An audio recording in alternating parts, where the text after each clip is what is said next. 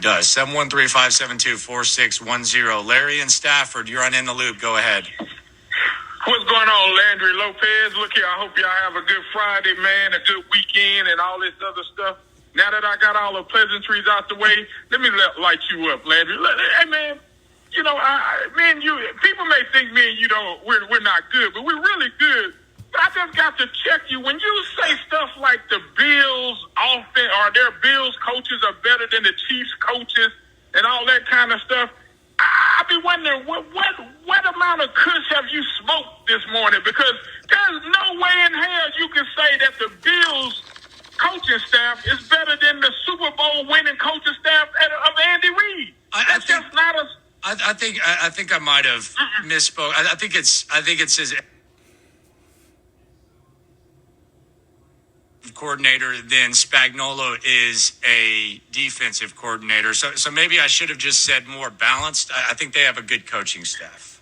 I mean, they're growing, and you can see the progress, because remember, the Texans played the Bills last year in the playoffs, and if the Bills coach, and that's the same coaching staff over there, then you're saying that Bill O'Brien was better than the Bills coaching staff. That logic don't make sense. No, they didn't have like Stephon Diggs. They didn't have Stephon Diggs last year. They didn't have Stephon Diggs, but whatever. They still have the same damn coaches over there. But we'll move on. Now let me get to Lopez. So I think Landry, you know, you say that, and then I'm hearing Lopez say that Dan Campbell, crazy ass, is going to be a Hall of Fame coach. Yeah, thank you. And I hear that, and I'm like, oh my God, this dude talking about biting kneecaps off and stuff. I'm like, man, I know Land ain't teaching folks that kind of stuff. And then Lopez just double down and say John McClain can play 3-on-3 basketball. And I'm thinking, are these boys trying to get fired? They got to be trying to get fired saying this kind of stuff. Look, man, this is a real simple thing.